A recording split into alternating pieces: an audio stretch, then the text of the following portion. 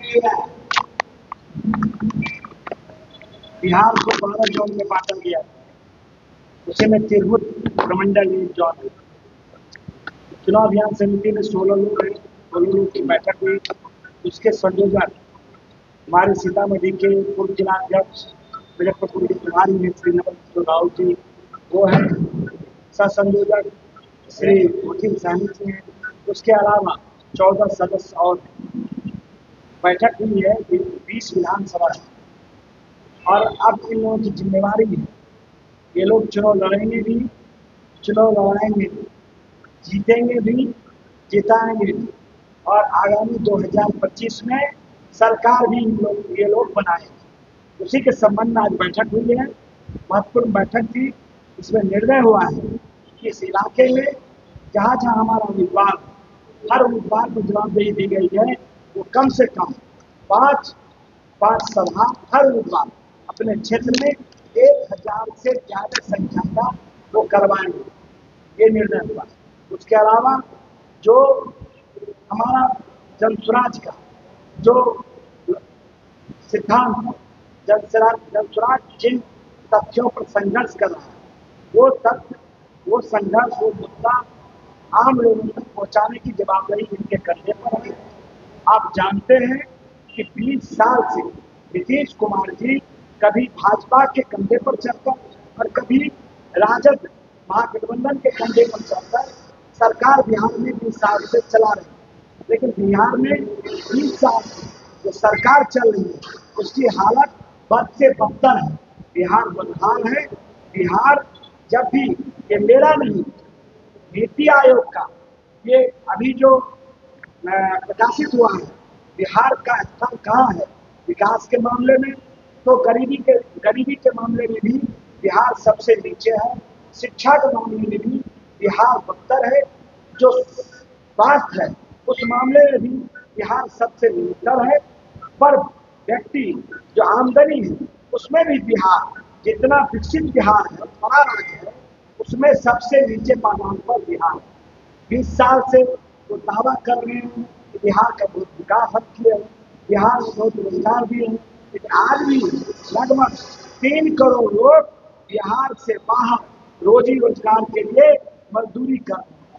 और 2005 के पहले नीतीश कुमार और एनडीए भाजपा ने लोगों से घोषणा किया था, वादा किया था कि हम सरकार में आएंगे तो पलायन को रोकेंगे और बिहार में ही रोजी रोटी का व्यवस्था करेंगे। लेकिन आज फिर वही नीतीश कुमार कह रहा है कि हमको 5 साल और मौका दीजिए। प्रधानमंत्री जी कह रहे हैं कि 5 साल मौका और दीजिए किसी को, जिससे बिहार उद्योग का हब बन जाएगा। भाई 20 साल में जब पलायन पर आपने चिंता नहीं किया, रोजी रोटी का चिंता नहीं किया, आपने लोगों को रोजगार नहीं दिया, भ्रष्टाचार को आपने कम नहीं किया, आपने स्कूल की शिक्षा की व्यवस्था को दुरुस्त नहीं किया, आपने लोगों को पूंजी नहीं दिया, आपने लोगों को जो एक स्वरोजगार होता है वो नहीं दिया। लॉ एंड ऑर्डर पर जो जंगल राज करके आए थे उस पर अब और खराब हालत हो रही है। तो आप 5 साल लोग क्यों मुद्दा देंगे? अब लोग एक चीज जरूर बिहार का समझ गया है कि नीतीश कुमार शारीरिक रूप से और मानसिक रूप से वो बीमार व्यक्ति है। जो राज चला रहा है वो कुछ ऐसे रिटायर्ड, ऐसे भ्रष्ट अफसर है जो हजारों करोड़ का संपत्ति बनाया है, वही लोग राज चला रहे हैं। और उसको पीछे से चलाने वाला कौन व्यक्ति है? तो वो भारतीय जनता पार्टी और प्रधानमंत्री नरेंद्र मोदी जी। अभी आपने देखा कि नरेंद्र मोदी जी अभी आए हुए थे शिवांग में, उसने क्या कहा कि हम 11 साल में 4 करोड़ लोगों को रोजगार दिए। इससे बड़ा हास्यास्पद, इससे बड़ा झूठ दुनिया में कुछ हो नहीं सकता। और बिहार के लोगों के साथ मजदूर देंगे कैसे? हम 4% पर मात्र लोन देकर महिलाओं को अपने आत्मनिर्भर बनाएंगे। ये प्रशांत जी का विजन है। प्रशांत जी ने कहा कि भाई गांव में बूढ़ा है, उसको कोई देखने वाला नहीं है, 2000 पेंशन करेंगे। आज जब अंतिम समय में नीतीश कुमार जब जाने वाले हैं, ये तय है कि 2025 में नीतीश कुमार मुख्यमंत्री नहीं बनेंगे, तब आज वो घोषणा कर रहे हैं कि 1100 रुपया हम पेंशन देंगे। अरे ये प्रशांत किशोर जी का देन है, कि 3 साल से लगातार कह रहा है कि भाई बूढ़े के साथ न्याय कीजिए, उसको भीख 400 रुपये का पेंशन मत दीजिए, उसको सम्मान का जीवन जीने के लिए 2000 रुपया दीजिए। आज सरकार कर रही है। आज मुझे खुशी हो रही है, कोई दल हो, चाहे राष्ट्रीय जनता दल हो या महागठबंधन हो, वो मजबूर हो गई है।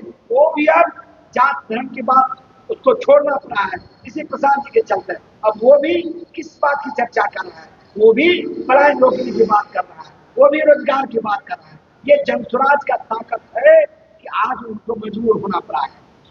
कल पटना में आपने धरना प्रदर्शन किया, गिरफ्तारी भी आपको मतलब अपनी मांगों को मांग करने के लिए क्या बिहार पुलिस जो है तानाशाही रवैया अपना रही है? देखिए, ये घटना इसी मुजफ्फरपुर के कूदने के जगन्नाथपुर की घटना है। एक दलित बच्ची, उसके साथ बर्बर रेप किया गया, और आपको मुझे बताने में जरा सा भी ये नहीं है कि प्रधानमंत्री जी बिहार में 29 और 30 तारीख को आए। वो बच्ची को लेकर परिवार का लोग यही मेडिकल कॉलेज में भर्ती करवाता है, लेकिन पब्लिक डोमेन में ये नहीं जाए। प्रधानमंत्री जी का चूंकि कार्यक्रम पटना में है और फिर दूसरे जगह छपरा में कार्यक्रम करना था, नहीं विक्रमगंज कार्यक्रम था, उससे छुपाया गया। फिर यहाँ से लेकर उसको पीएमसीएच बच्ची को भेजता है। 8 घंटे तक बच्ची को पीएमसीएच में वार्ड में भर्ती नहीं करवाया गया।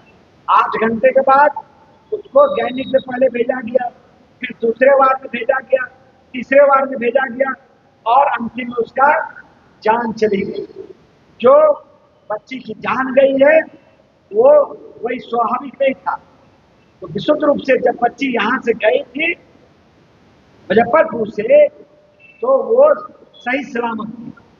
मुजफ्फरपुर के मेडिकल कॉलेज के जो अफसर थे, उन्होंने अपना जान बचाने के लिए जबरदस्ती उसको रेफर कर दिया, और जब वहां गया तो स्वास्थ्य विभाग की इतनी लापरवाही थी, और मंगल पांडे के कार्यकाल में स्वास्थ्य विभाग में इतना भ्रष्टाचार है, इतना उसमें लाल फीताशाही है, इतना अफसर का मनमानी है कि बच्ची का इलाज नहीं हुआ, बच्ची की जान चली गई। हम लोग जब मालूम हुआ, जब मुजफ्फरपुर का स्थानीय इकाई ने खबर किया, तो हम लोग की पार्टी का प्रतिनिधिमंडल उससे जाकर वहां मिला, फिर उसके घर पे गया। पहला पार्टी हम लोग थे, उस परिवार को हम लोगों ने आर्थिक सहायता दिया। फिर इस मामले को हम लोग कैंडल मार्च किए, पूरे राज्य में लोगों ने विरोध प्रदर्शन किया, धरना दिया। हम लोगों ने कहा कि भाई इस घटना की न्यायिक जांच करवाइए, इसमें जो दोषी है उसको सख्त सजा दीजिए, और मंगल पांडे की नैतिक जवाबदेही है वो इस्तीफा दे, क्योंकि उनके कार्यकाल में लगातार दलित बच्ची हो, अति पिछड़ी समाज के हो, सामान्य वर्ग के हो, लगातार घटनाएं घट रही है, और इलाज के बगैर दम लोग तोड़ रहा है, और बड़े पैमाने पर भ्रष्टाचार भी हो रहा है। तो नैतिक जवाबदेही को जिम्मेवारी दे। हम लोगों ने इस संबंध में राज्यपाल महोदय से भी कहा कि मंगल पांडे को पद से छूट किया जाए। आप केंद्र के प्रतिनिधि हैं, भारतीय जनता पार्टी के मंत्री हैं, आप मुख्यमंत्री को लिखिए, लेकिन कोई कार्रवाई नहीं किया। फिर हम लोगों ने समय दिया कि प्रधानमंत्री